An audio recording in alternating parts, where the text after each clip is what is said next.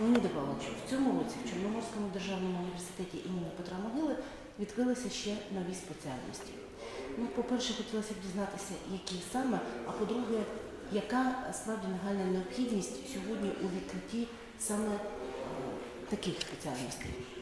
В цьому році ми фактично відкриваємо нову одну спеціальність – це медицина. Але це спеціальність, яка має дуже багато спеціалізацій, тому що, наприклад, хірург і кардіолог – це різні речі, і терапевт, і так далі. І ця спеціальність, вона дуже потрібна сьогодні Миколаївщині, тому що вже багато років стоїть питання про те, що необхідно готувати лікарів саме в Миколаєві. Тому що сьогодні та підготовка, яка була за радянських часів, коли вона була галузева, тобто лікарів готували в одному місці, потім вони переїжджали до інших регіонів, їм надавали, держава давала квартири, тому що це бюджетники.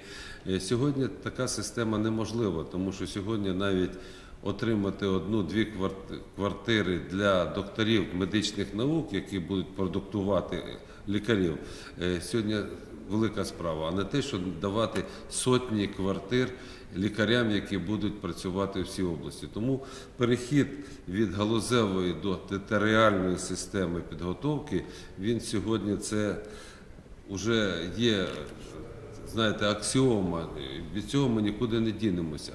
Відкривати таку підготовку, як лікарі, просто на голому місці – це авантюра. Тому ми до цього йшли більше 10 років. Для початку відкрили спеціальність медичні прилади і системи і вийшли вже декілька років на підготовку магістрів. Це фактично матеріальна база для медицини, тому що як в літаку є пілот і є штурман. Да? Так само і в медицині є ті, хто працюють з технікою, і ті, хто дає їм замовлення. Так от, ті, хто працює з технікою, ми вже готуємо вже близько 10 років, магістрів готуємо. Друга спеціальність, яка наближала нас до підготовки лікарів, це фізична реабілітація. Вона сьогодні теж відноситься до галузі охорони здоров'я. Ми теж вже вийшли на підготовку магістрів, тим самим створили вже відповідні лабораторії, кадри, кафедри і так далі. І відкрили третю спеціальність – це психологія, яка вже торкається стану, так би мовити, психічного людини. Відносно цієї спеціальності, те, що вона потрібна, підтверджують всі. І мерія, і обладміністрація, і управління охорони здоров'я, як міської, так і обласної, і депутати, і питання ставилося. Тобто питання необхідності, воно однозначне, тому що статистика каже, що сьогодні на Миколаївщині не вистачає декілька тисяч лікарів, декілька тисяч, для того, щоб ми забезпечили нормальні умови життєдіяльності нашої області.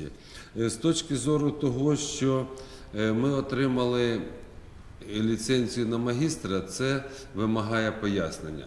Взагалі всі звикли до того, що маємо ступеневу підготовку. Молодший спеціаліст, бакалавр, спеціаліст, магістр. Це для всіх спеціальностей, крім медицини і ветеринарії. Для цих спеціальностей не існує молодшого спеціаліста чи бакалавра, а спеціалісти взагалі по новому закону про вищу освіту зникли як клас.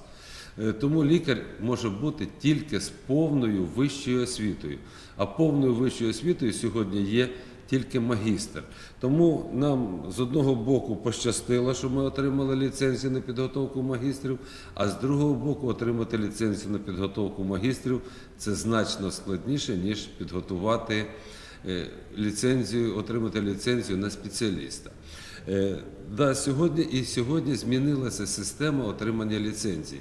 Якщо раніше подавалася заявка до міністерства, приїжджала експертна комісія, перевіряла на місці все, що у нас є, давала заключення, і ДАК, Державна акредитаційна комісія, приймав рішення про видачу ліцензії. Сьогодні порядок змінився, і ліцензію видається тільки по поданим документам, які дуже ретельно перевіряються. Але що в цьому випадку дуже добре, документи розглядаються протягом 10 днів.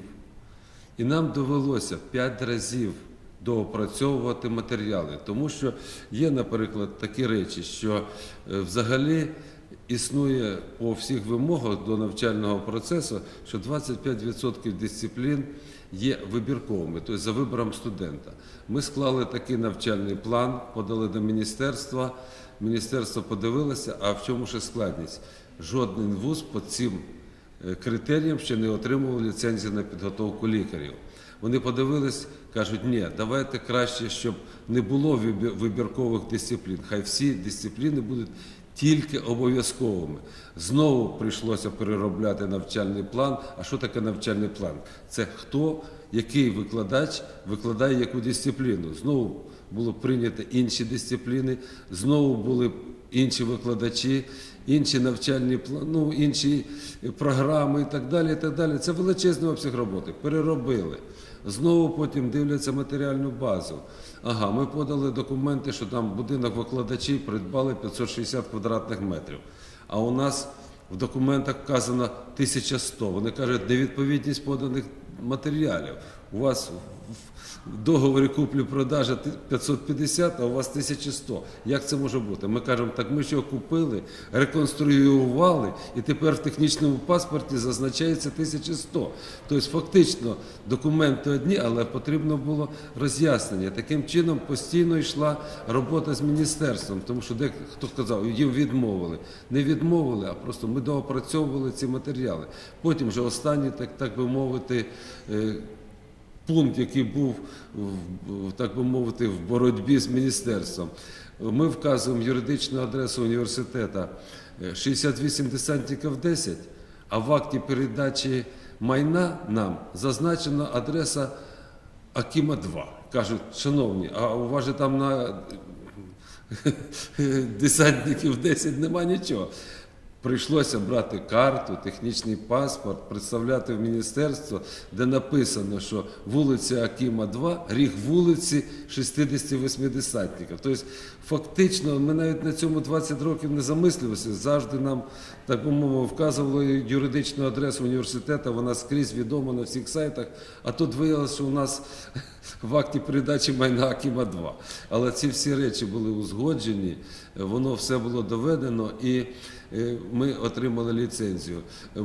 Я б хотів би подякувати як керівництву обласної державної адміністрації, яка чітко підтримала наші бажання, меру міста, який теж написав листа, управлінню охорони здоров'я, народним депутатам, які теж надіслали свої листи підтримки того, що в Миколаєві це потрібно.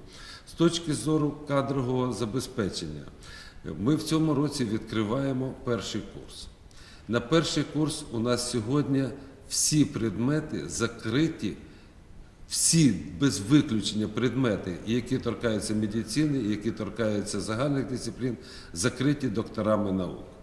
У нас фактично є вже кадровий склад на всі 6 років, тому що якщо брати десь близько 60 навчальних дисциплін протягом 6 років навчання, значить у нас вони повністю закриті кандидатами і докторами наук як по загальних дисциплінах, по латині там, і так далі, так і по спеціальних дисциплінах. Але я думаю, що ми будемо ще за цей час залучати і нових викладачів, є домовленість про те, але сьогодні ми не можемо взяти в штат людину, яка хоче у нас працювати, які дисципліни якої починаються з 4 чи з 5 курсу. Тобто вони будуть прийняті в штат університету, коли з'являться їхні дисципліни. Головною проблемою, яка у нас сьогодні є, це забезпечення потужної матеріальної бази. Для цього є декілька варіантів, і вони будуть використовуватися одночасно. Це і створення кафедр в клініках міста, це і Дубки, і обласна лікарня, і 4-та лікарня, і УВД, і онкологічна, і глазна лікарня, і дитяча лікарня, де сьогодні є кафедра Одеського університету, так? Але там будуть кафедри нашого університету. Але найкращий результат дасть створення університетської клініки. Ми сьогодні не те, що просимо, ми наполягаємо на тому, щоб нам передали недобудовану лікарню по 3-й Слободській, по Дзержинського, яка стоїть вже 20 років, яка проєктувалася, вже там тільки оздоблювальні роботи залишилися, під університетську клініку. Тому що є проблема, що не проблема, а така технологія, при якій перші 2 курси студенти вчаться в університеті, в аудиторіях, а потім вони працюють виключно по тих напрямках і на кафедрах, які розташовані безпосередньо в лікувальних закладах. Але коли ми створимо власну університетську клініку, причому потужну на сучасному рівні, я знаю, як це робиться, я був в багатьох університетах і Південної Америки, до речі, дуже потужний університет Ла Сабана в Богатік, столиці Колумбії, де готують фактично для всієї Південної Америки лікарів і інших фахівців. Дуже потужна у них університетська клініка. Ми знайомилися з ними, у мене навіть є фотокартки їхніх поетажних планів і так далі. Значить, я це вивчав і в Сполучених Штатах, і в Німеччині, і в інших країнах. Тому ми знаємо, що нам треба робити. Але я хочу сказати, що підготовка лікарів – це не наше, так би мовити, одне завдання. Це питання всієї Миколаївської громади. І тому перекладати всі, так би мовити, проблеми і всі витрати виключно на університет – це буде не дуже правильно. Тому що якщо це торкається здоров'я всієї Миколаївської області, то тут ми вже вимагаємо, щоб нам надали і фінансову, і організаційну допомогу, як міська влада, так і обласна влада, тому що це програма здоров'я всього населення Миколаївської області. Тому що підготовка цих лікарів, вона буде забезпечувати всю Миколаївську область, Миколаїв, і від цього залежить ті технології, той рівень, на якому будуть обслуговуватися наше населення. Тому тут необхідна підтримка як депутатів місцевих рад, обов'язково для того, щоб ми ефективно використовували ті кошти і так далі. Якоїсь загрози про те, що от Клименко загарбає. Куди він загарбає? У власність держави. Тобто все, що належить університету, воно належить тільки державі. Не може бути відчужено, приватизовано, продано і так далі. Тому якщо буде університетська клініка, то це клініка державна, де будуть працювати лікарі з ступенями, званнями, з високою кваліфікацією, будуть запрошені іноземні викладачі, фахівці. У мене є домовленість з провідними медиками України, з такими як Національний інститут рака, потім Інститут серця з Тодоровим Борисом Михайловичем, який успішно зробив пересадку серця на Україні для того, щоб він сюди, як доктор наук, міг приїхати і прочитати нашим студентам лекції, з Хохловим Андрієм, теж, який там працює, з Костенка, який працює в клініці Шалімова, доктор наук, заступник директора з наукової роботи, тобто з Смоланкою, професором, який головний онкохірург України. Тобто ці доктори наук, фахівці, вони будуть приїжджати до нас, читати нашим студентам лекції. В той же час наші викладачі обов'язково повинні пройти стажування як в наших самих кращих клініках України, так і за кордоном. У нас є домовленості з Німеччиною, з Польщею, з Великою Британією, з Канадою і з Штатами про те, що наші викладачі там будуть проходити стажування. Для того, з Ізраїлем, для того, щоб вони там опановували сучасні технології, вчилися, працювали і привносили ці технології, нові, які сьогодні існують в медицині, до нас і впроваджували в освіту наших студентів.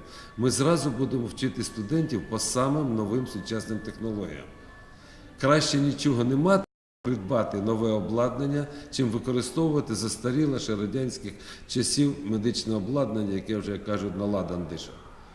Леоніде Павловичу, я так розумію, що з цим, що з'явилася спеціальність медицина, Чорноморський державний університет наблизився вже практично повністю до світових стандартів університетської освіти, тому що ми знаємо, що медицина ще від середньовіччя це була складова класичного університету. Тобто Чорноморський державний університет – це сьогодні класичний університет в такому стандарті, складеному віками. Я хочу сказати, що ви дуже чітко підмітили особливість. Моя точка зору така. Є спеціалізовані університети і є класичні потужні університети. Якщо дивитися на рівень підготовки в спеціалізованому навчальному закладі, то там дуже сильна складова одного напрямку, а в той же час фахівець повинен отримати комплексну, якісну освіту. От, наприклад, хто дасть більш високий рівень знання мов? Кафедра іноземних мов, на якій працюють 5 викладачів, чи потужний філологічний інститут? Ну, це ж абсолютно зрозуміло. Що дасть інформаційну підготовку? А сьогодні лікарі, вони фактично постійно сидять в комп'ютері. Вони постійно звертаються до інформаційної бази і так далі. Тобто, хто дасть кафедра інформатики, на якій буде 2 викладача в інституті медичному, чи факультет комп'ютерних наук, який забезпечить найсучасніше це.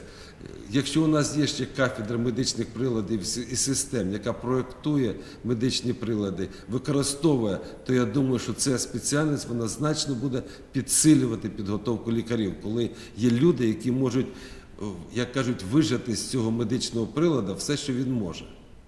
Тому що багато функцій, які сьогодні є в кожному обладнанні, вони залишаються невикористаними. Тобто я думаю, що ми якраз і створювали університет, де кожен факультет підсилює один одний. І якраз от підготовка, так як відбувається в Європі, в світі, здійснюється в класичному університеті, вона дасть більшу якісну підготовку, ніж в спеціалізованому. Це моє глибоке переконання.